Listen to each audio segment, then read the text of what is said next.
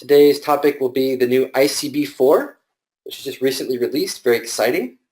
So Tim will be presenting that for you today. If you have any questions, feel free to enter them into the chat and we'll address them after we're done.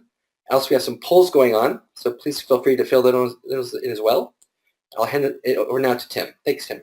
Great. Thanks, Joel. Welcome, everybody. My name is Tim Jaques. I am one of the authors of the ICB4.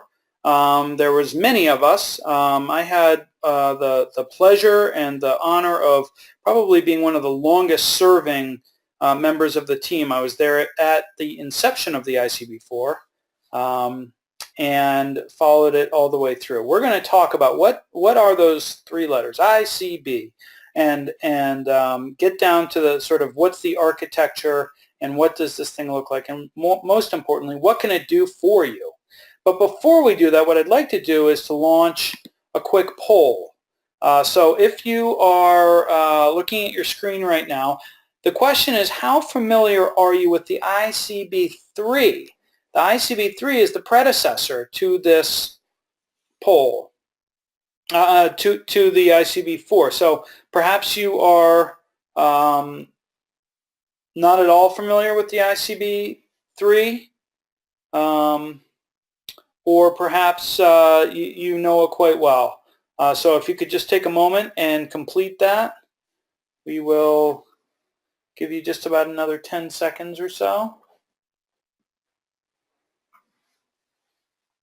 All right, and it looks like the results are mostly in. Let's take a quick look at that.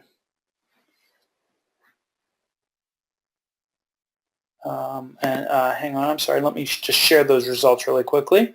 There we are. So it looks like most of the folks on this webinar know the ICB3 quite well, and those who don't are actually very familiar with it. So this is a good audience, and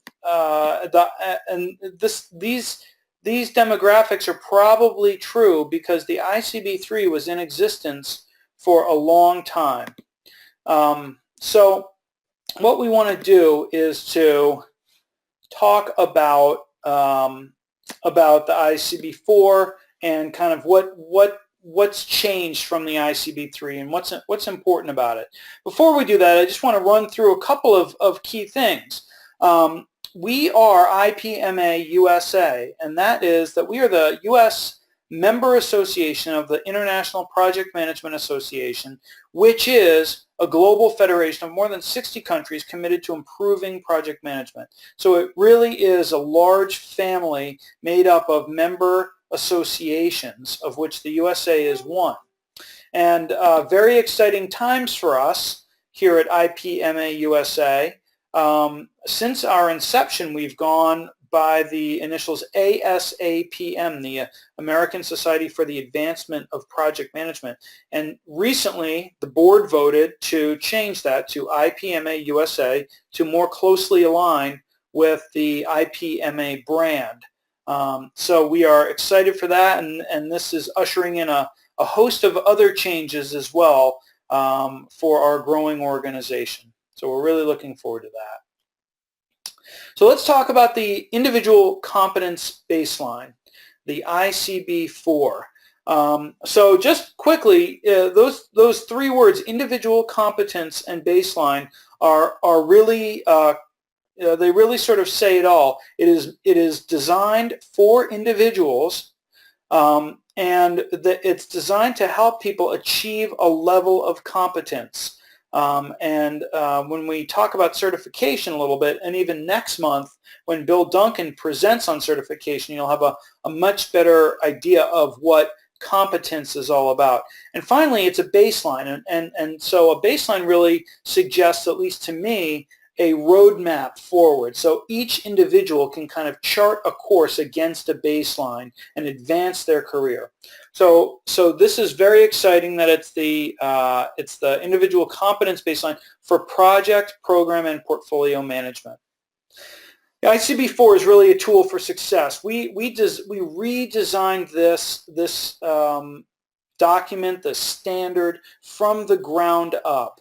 It involved more than 150 project management experts from all around the world. It involved extensive literature research and interviews and focus groups and a number of other methods to kind of bring together the best practices and organize them into such a way that it's recognized and well organized. So the ICB4 is really a tool then for getting certified, for helping individuals to extend their influence, their reach across their organization through increased competence and know-how.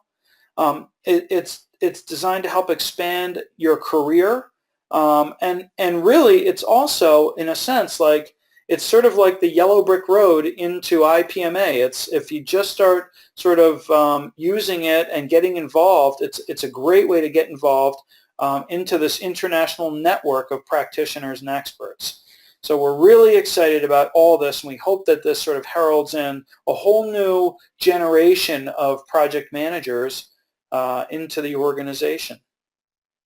Let me start. We're going to talk about the two sort of main topics here that we want to cover are first, we want to sort of discuss the structure of the document, of the standard, and then we'll sort of just take one quick deep dive down into how it's organized to give you a sense of how practical it can be. And then we'll wrap it up. We don't want to keep folks on for too long here, but hopefully this will be a good use of your time. So the question is, what is competent? We had to answer this question, and let me tell you, when you have 75 of the world's experts in project management competence in a room, it's not an easy thing to do. And so it took a few meetings and a few hundred emails. We finally settled on to a definition that we feel is straightforward, is practical, is understood by HR staff and by practitioners alike. We recognize that there are dozens and dozens of other very, very excellent definitions of competence. And for this version of this document, we feel like this particular definition works well. So individual competence is the application of knowledge, skills, and abilities in order to achieve the desired results. So that is our definition in the ICB4. So what is this thing, the ICB4, the Individual Competence Baseline version 4? Well, first and foremost, it's a global standard, and we can say that it's a standard because of the level of standard is the level of input that we had into it. We feel like it really is reflective of a global standard. And it has many uses. This was designed for certification and training and a whole lot more that I'll talk about in another minute. It is integrated with the other two major standards that IPMA has, that is the Project Excellence Baseline and the Organizational Competence Baseline. So we've got a standard for individuals, a standard for projects or teams, and a standard for organizations, all of which deals with how do we get better and improve in project management, program management, and portfolio management.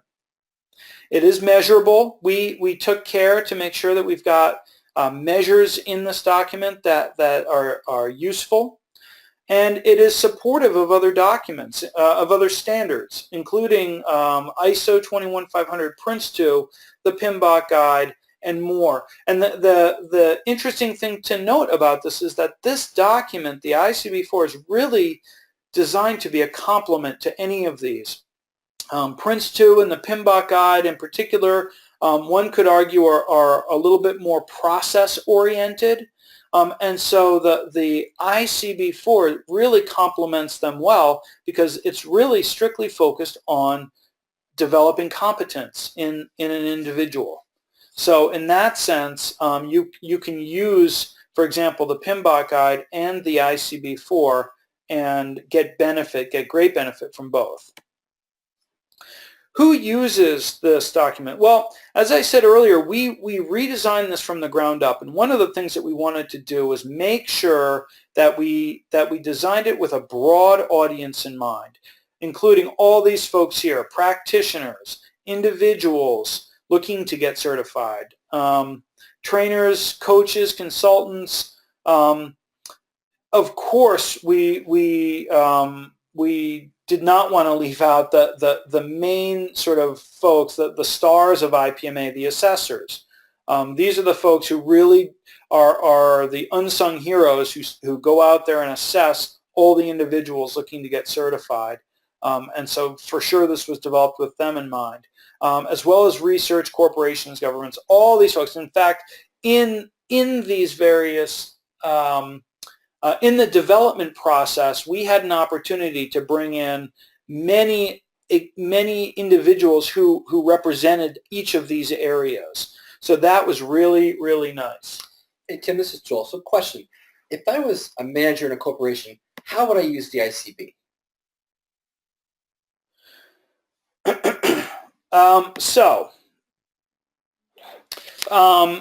So you might use the where I see the questions about audio, and we let me see if we can improve that. So the way that a manager might use this is a couple different ways. Number one, they certainly could use this to develop to put together a development plan for an employee. They could also use it to put together to look if a large project is coming down the pike, to look at what are the skills that we're going to need, what are the types of individuals that we want to hire for this, and use this as the basis for a staffing plan. So those kinds of things absolutely could be used. Does that answer your question? Absolutely. Thank you. All right. So, oops, sorry. Let me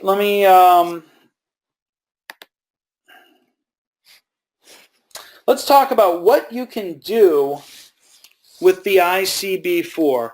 So as an individual, there's a lot of things you can do, which I think I was just alluding to in that answer, Joel. You can chart your course, so you can actually make a map of where you are today and where you want to be across all of the competence elements. You can improve your own practices. Certainly you can develop performance improvement plans and integrate with process-based methodologies. So all of these different areas are different creative ways that the ICB4 could be used. The last bullet there, build creative approaches to learning for clients and students. So the ICB4 is really an input to developing training plans and performance plans and coaching plans for the folks out there who are doing that kind of work. So teachers, educators, coaches, this is a really very highly usable book for you. Hey, Tim, question. So looking at these areas here, if I was a project manager looking to get certified, and I realize that next month we'll probably have more in depth about this, but just for the sake of this webinar, if I was working to get certified, how would ICB help me in my process? Helping you to get certified? Yes. So the ICB4 really contains the blueprint for certification.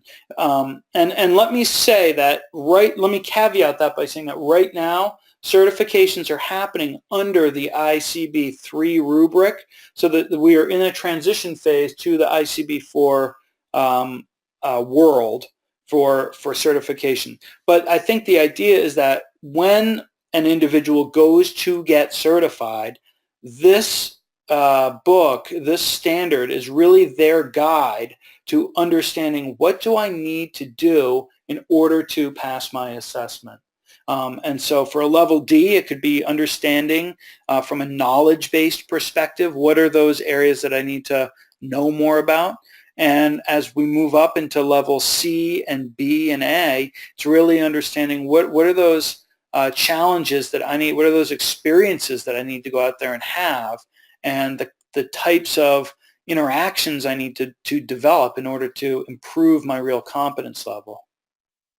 Thanks, Tim. And actually, if you go to our website, IPMA-USA.org, under Learning, there's a self-assessment tool that ties to ICB4 to help you understand where you are. and to help you also prepare for certification. So there's that as well. Great. Excellent. So let's shift gears here now and talk a little bit about the actual structure of the content. We will get back to these questions at the end of the session, everybody. So please keep firing away with the questions, and we'll get back to you. So here, let's start by talking about the domains. One of the big improvements with the ICB4, a big advancement, I should say, is that we looked at not just project management, but we included program management and portfolio management. Notice that this is not a role-based organizational structure. This is really a domain-based. So it's not project managers or program managers. It's really about project management and program management and portfolio management.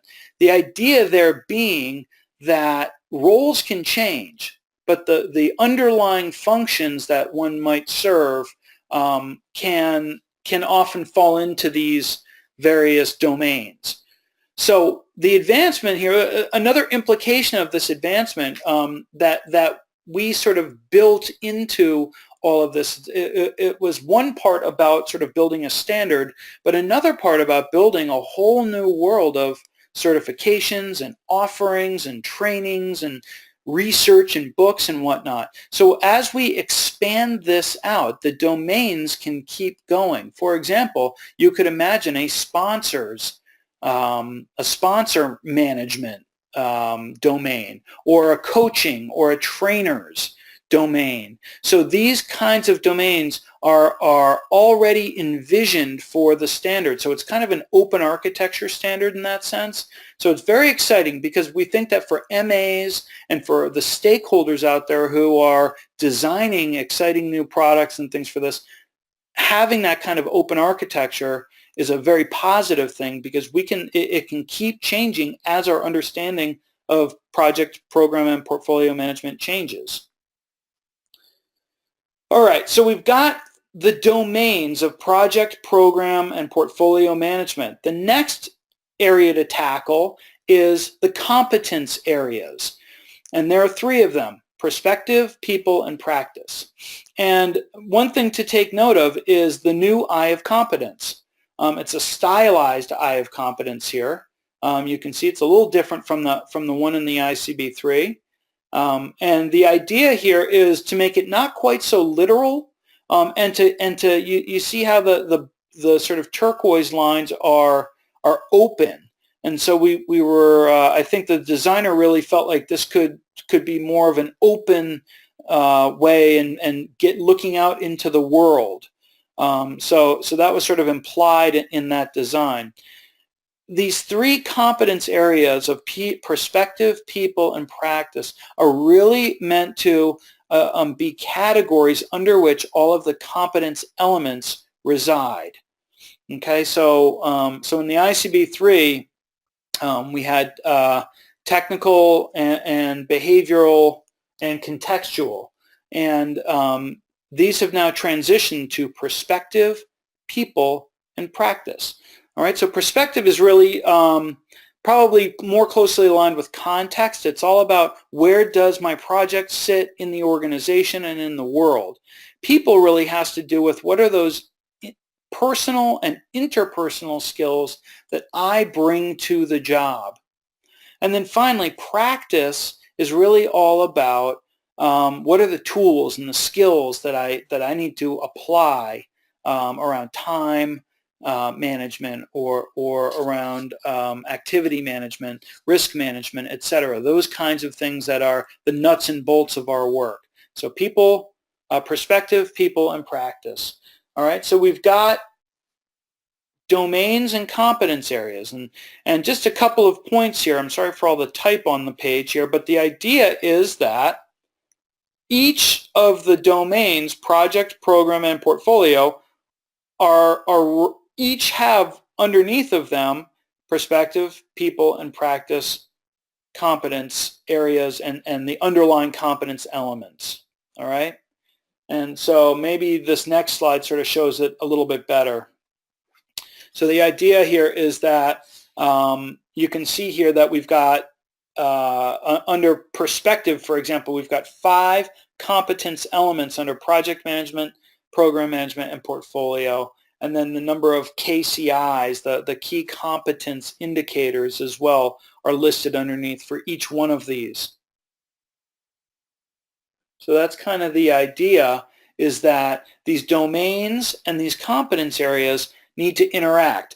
And I will tell you that, just as an aside, that this was a very difficult challenge for us as a group of people trying to architect this standard, to sort of bring all these various pieces into certainly across the 3 domains of project, program, and portfolio. Bringing those all together with people, practice, and perspective, it was quite a challenge. I think that we did a fairly good job at it, but putting it into a 2-dimensional page was a little difficult. So let's just talk quickly about what each of these are. So in the perspective domain, we've got 5 competence elements: strategy, governance, what we call governance structures and processes, compliance, standards, regulations, power and interest, culture and values. You can see here that this is really about seeding the project, seeding about an individual's ability to kind of understand the context and the perspective of the world around them, so that they could properly sort of seat the work and scope the work and do all the other things that need to have happen. On the people side, we looked at things like self-reflection and management, integrity, negotiation, resources, personal communication, leadership. So we tackled what we think are all of the major areas, or I hate to say all, because of course there's always room for more when we talk about these different competence elements and different ways to organize this information. So we don't necessarily claim that we have the best sort of organization of this, but we have a very good organization of this, knowing that there's a lot of information in the world out there on each one of these. What we tried not to do was to write a book about leadership or write a book about personal integrity and reliability. We really tried to stay focused on what are those key competence indicators that would demonstrate personal integrity and reliability, and to cover those. And I'll give you an example of what I mean shortly right after this. Finally, the third area is practice. Practice, as you can see, covers 14 different areas, from design to requirements and objectives, scope, time, etc. And we run through kind of what might be the classic project management competence elements. You will notice on here that we've got the last one is select and balance. And this one really only applies to portfolios and to programs, and is not found in the project domain. So this was due to a lot of literature research, and particularly due to the influence of Michael Young from Australia, who did a great job of kind of fashioning as well as others, Peter Kosmans and Marco Fuster worked on those pieces as well, and they did a great job of kind of organizing programs and portfolios. And this was one of their innovations, was that we see a select and a balance competence element in those two. So that's really what those 3 are all about. Underneath the 3 competence areas, the way it breaks down is as follows. There are competence elements within each area, as I just showed you. Let me just go back one quick slide. For example, design is a competence element. Requirements and objectives is a competence element. So each one of those that they are all contained within those competence areas. And then underneath each competence element are a set of key competence indicators. And these are really the guts of this standard. They provide the definitive indicators of competence for projects, programs, portfolios. Underneath those, then, finally, are measures. And measures really describe highly detailed performance indicators for each KCI. So to see it a little differently, just to use an example, individuals working in program management is number 5, right? So section 5 of the standard deals with program management. 5.5 then really deals with practice competences. And 5.5.2, and that's really the area, right? The competence area is practice. And then 5.5.2 is benefits and objectives, and that's a competence element. Going down another level is 5.5.2.5 is monitor benefit achievement. That is a KCI, and then underneath that are specific measures. So you can see how it's laid out. And let me just say that we did it this way to also adhere to this open architecture approach, that we can add new competence elements or new areas even. We could have a 4th area potentially if one emerges.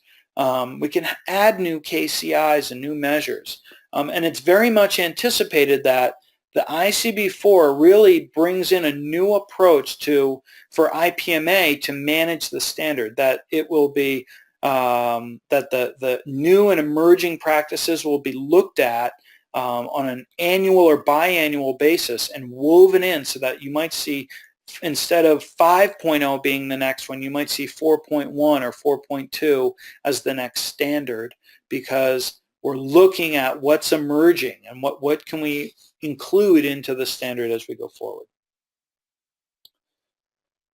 So let me just kind of talk to that last point about measures. So when we get to the very bottom of the pool, so to speak, monitor benefit achievement, you can see here that there are 5 measures. So it develops a measurement approach, performs or organizes measurements, monitors benefits realization. So these are sort of the most detailed items that you will find in the standard, and these should be observable and should be able to be evidenced with documents and with interviews and audits and whatnot. So these are the things that I believe that the assessment will take place at the KCI level, not at the measures level, but this provides really a very detailed roadmap for anyone looking to improve. So if you were looking to improve your benefit achievement, here are the 5 measures that we would be looking for that would demonstrate a competence in monitoring of benefits achievement. Okay, so that's really it for the basic ICB. Getting IPMA certified is easy and fun, and it'll change your life. And if you're like me, it might even help you grow some hair on your head, because I don't have a lot, but you never know. So getting IPMA certified is IPMA maintains this 4-level certification system, and it's internationally recognized. It's a wonderful system. For those of you who are not certified, I highly recommend that you look into it. You can get certified starting in mid-2016 on the ICB4, and you can get certified against the ICB3 right now. And we do recommend that you email us at certification-operations@IPMA-USA.org. All right, and just look into it. It's a wonderful process. It is really a very different type of certification than a PMP. And in some ways, it's different, but in some ways it's a lot more rewarding. That's my personal experience. Go to PRODUCTS.IPMA.WORLD right now, and you can download and you can read all 3 of these products free. You'll notice these fancy pants new covers that we spent a lot of time on, and all 3 standards are now laid out professionally and have these great looking new covers. So this, as I talked about earlier, IPMA is really investing into its product suite. And this is very critical for us as we move forward. We've got a great message to tell, and we've got a really strong approach in terms of looking at the world through the lens of competence. And so our products absolutely just need to reflect that. And we think that they are beginning to with these wonderful new layouts. Starting hopefully on Saturday, you'll be able to purchase hard copies of these books. We're just getting the last pieces of that set up this week. So I'm hoping that by the weekend you will be able to actually go on, order them, and they will be shipped right to you. So that's about it. A couple of upcoming items for everyone to keep in mind. There is a training workshop for the Project Excellence Baseline, April 10 through 12. It's coming up next month in Detroit, Michigan. So if you are in that neck of the woods, or you're just interested in understanding what the Project Excellence Baseline is all about, what awards are all about, we really recommend that you go to IPMA-USA.org and register for this event. It's going to be really exciting. You're going to meet a whole lot of folks. We are flying in speakers who've done PEB trainings and done awards for a long time. One other item to put on your calendar is April 20th at 3 p.m. is our next webinar, and that's going to be getting IPMA certified. So I spoke a little bit about it, but Bill Duncan, who is on the board of directors, he is going to lead this discussion, and it's going to basically talk about why you need an IPMA certification, what types of certifications there are, how to get certified, and a lot more. It's going to be a really engaging discussion. So I recommend everybody put that on your calendar, and I believe that you can register for it now, and if not, it will be up by tomorrow. So we really encourage everyone to do that. And finally, just go visit us on the web. We are really looking forward to speaking with you all. If you have any questions, by all means, please contact us. All of our contact information is right up on the website. All right, Joel, let me turn this over to you. Okay, questions. So we have a question here by Stacy. It says, how can an educator or trainer use ICB4 to help the students to improve performance? That's great. That's a really good question, Stacy. Thank you. So there's a lot of ways that we can do it, and in fact, we're even seeing trainers and educators now using the ICB4. There's a company in the Netherlands right now that has downloaded the ICB4, and they are modifying all of their IPMA training to reflect the new. They're updating their curriculum to reflect all the new competence elements. So educators and trainers can really use this to drive curricula that is focused around competence areas. And so certainly you can sort of look at it module by module, but also I think that the way the book is organized, it lends itself to doing group work, to doing project work around the competence areas. One of the more exciting pieces that Joel spoke about earlier are PM championship competitions, and so these are areas where students can actually participate in kind of a fun and engaging competition around project management that ties back to the ICB4. I'll say one other thing too is that we're seeing more and more nowadays where universities, and actually companies, when they hire students out of college, they're expecting them to be ready to work. Where it used to be where universities, students graduate, they go to work, and companies would help them develop the skills. Well, nowadays it's sort of reverse, and they're looking for them to come out of college ready to go. And so how universities and trainers can help students to prepare for the workforce is to use this baseline to first measure where they are, what do they need to work on, and then help them develop the career path to be able to become more competent and strengthen their skills as a PM. This is a great way to just be able to do self-reflection and to set your own personal baseline, and then to grow and develop as a PM. So with universities being able to develop curriculum based on skills training and ability, not just giving them information to memorize, but really helping them to become stronger in their skills. So this is one core area the ICB is really strong in. We have a few more questions. It says, I'm certified with level D, ICB3. My renewal should be in 2017. Should I recertify with ICB this year? So this is a question from Summer Cagle. Summer, thank you for jumping onto this and for participating. I would recommend that you get familiar with the standard and that you plan to recertify with the ICB4 as soon as it's available in the USA. And I don't want to speak to the specific date, but I think that if for you and for others who are certified level D under ICB3, I would say the action plan there would be to download the ICB4 and start using that as your guide for recertifying. And certainly if it's in 2017, then you should be all set.